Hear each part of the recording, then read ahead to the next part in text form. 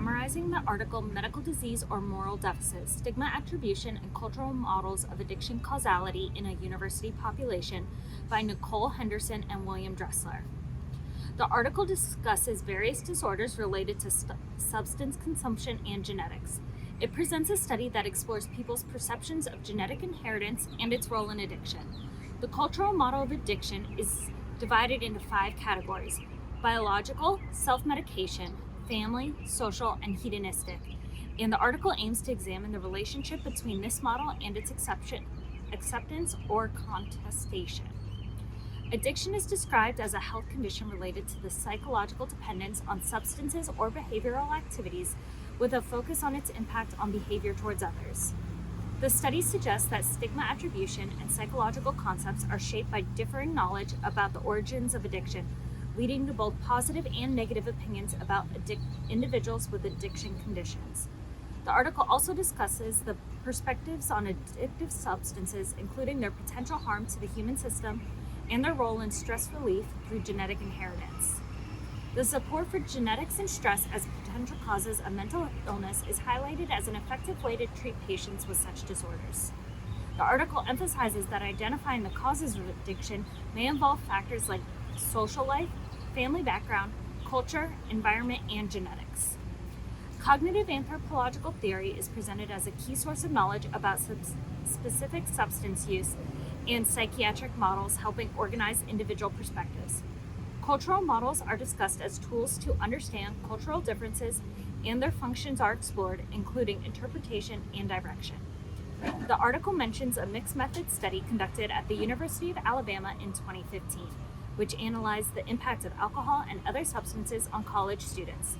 It emphasizes the importance of controlling variables and acknowledges the potential influence of resource limitations on research outcomes. Binge drinking is discussed as a problematic behavior among college students associated with psychological disorders such as high stress levels and a focus on social life, impacting relationships and families. The study results are categorized into 3 phases: free listing, pile sorts, and analyzing dimensions of the model, focusing on the cultural domain of substance and stigma attribution. The article underscores the importance of marginal arrangement analysis to fully comprehend cultural models' complexity. It discusses cultural agreement analysis and residual agreement analysis, indicating that respondents share a common model but interpret it differently.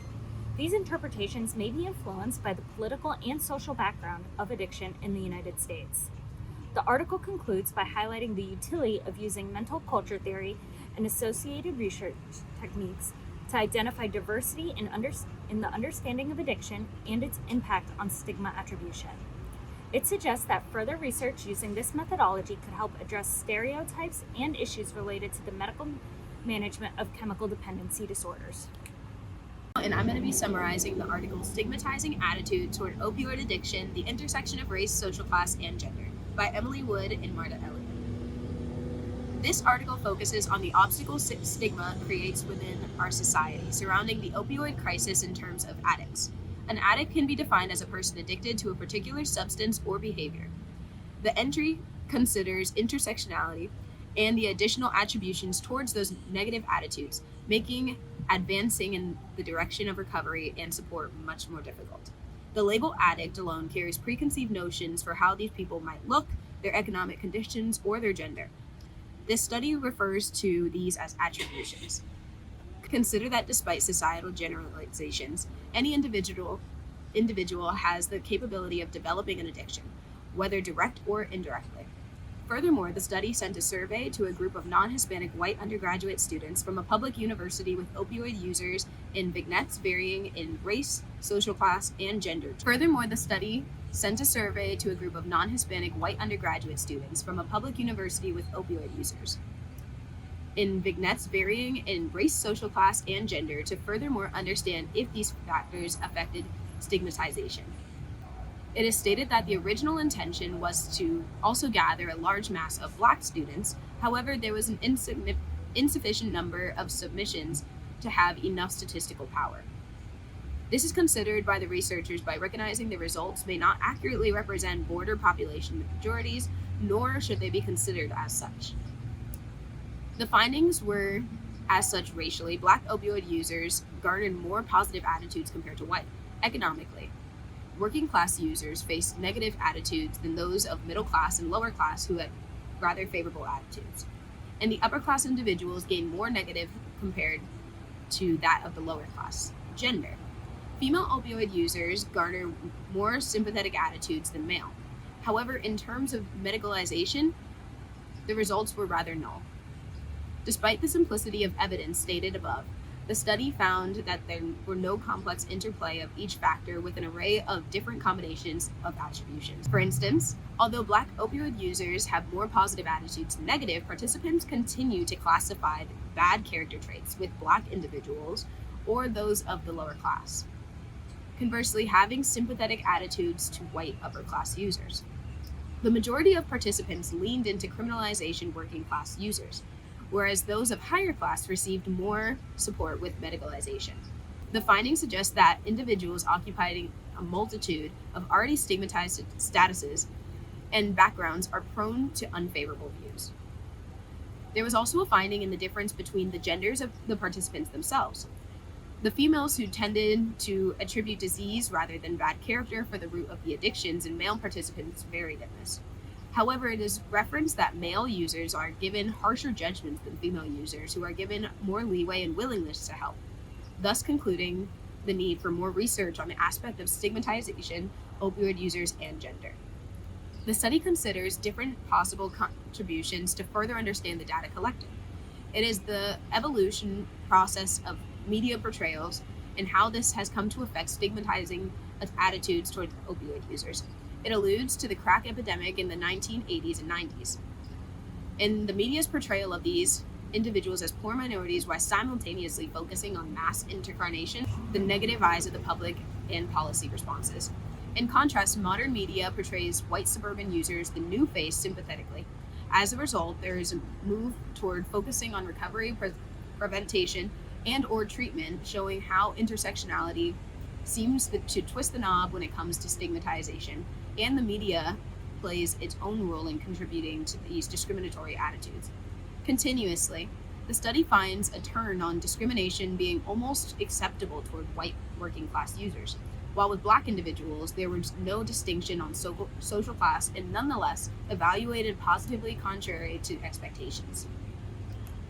We could also reference the data previously mentioned, where Black opioid users have more positive attitudes than white. Given the participants' non-Hispanic white background, the researchers consider the possibility of the black sheep effect, where the white participants avoid appearing racist in any way due to social desirability. This should be considered with the results of the study. My name is Jadyn Cruz, and my group is working on a project discussing the stigma on people who have fought the battle of addiction. Did you know that in 2020, 15.5% of adults in St. Lucie County participated in binge drinking, and that since the year 2000, there has been about 700,000 drug overdose deaths in the U.S. alone? Today, my team and I will not only be interviewing a couple of RNs who have firsthand experience, but we also wanted to find out how society views addicts as a whole by interviewing residents of Tradition. This topic is something that affects so many people, and getting a better understanding to the situation can help us make a positive impact on society as a whole. Let's get started. What's up, everyone? My name is Alexa. My name is Jadyn, We're going to be interviewing residents of Tradition. on their views on addicts. Yep. Alright, so question 1. Do you think drug addicts are generalized as bad people? Why or why not? Yes, I do. Should they be? Probably not. With that being said, usually if you're on drugs, it leads to a harder drug, worse addiction, causes problems for yourself. You can't get your drug, you're going to go into stealing, Right. a lot of things like that. Right, okay. Question number 2. Do you think culture is a factor that influences the consumption of substances? Why or why not? Not necessarily culture, but genetics, like your family makeup.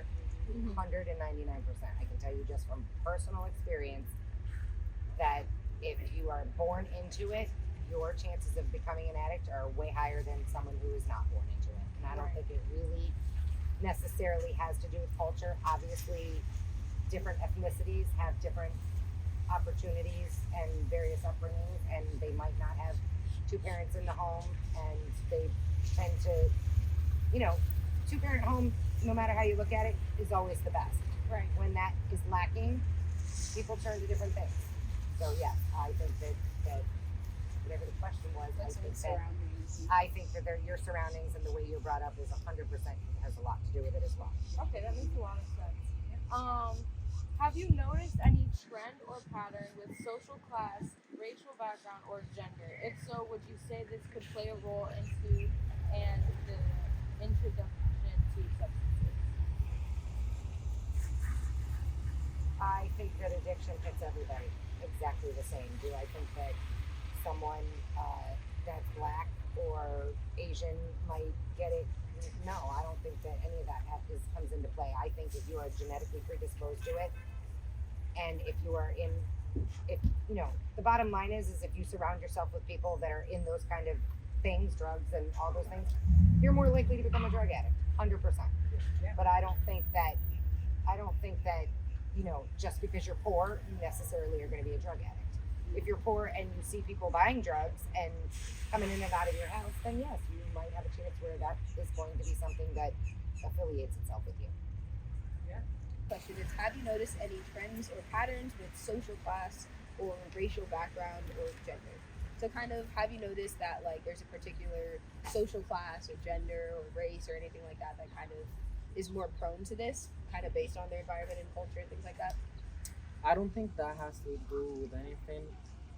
I think it's more economic class. Yes. Yeah, it doesn't really matter the race, but if you're growing up in bad areas, poor areas, these things are most likely to happen over there, regardless of the race. Yeah. Do you think drug addicts are generalized as bad people? Why or why not? I do think they are, because I feel like people are just like, they always go to like, oh, shame on you, you shouldn't have done this. I don't think they think about, oh, how did that person end up in this place? I don't think they think about, how can I help prevent more people from happening? Like, some people are born addicted to drugs. Some people fall into it in a bad way. Some people just don't care. There's so many different degrees, and I feel like people just overlook that and immediately just put shame on people. Okay. Do you think culture is a factor that influences the consumption of substances? Why or why not? I do. I strongly believe that social media has a high impact on people who want to get into drugs. I've seen it happen to some dear friends of mine, and it really hurts. I, for one, I am against a lot of drugs. I don't condone them, and I don't shame people who do take, like, I'm not saying like cocaine, like, you probably shouldn't do that. But Right. like, I've seen a lot of my friends fall into deep places doing that. I've known people who have been addicted to weed and stuff like that, and they've come out of it and are a much better person for it. Yeah, I think a lot of people, especially when you're getting into the high school area, like, oh, it's so cool, come join me, it's going to be so much fun, and then it kind of can just destroy your life from there. Right. And you can't get out of it. Right. Last question.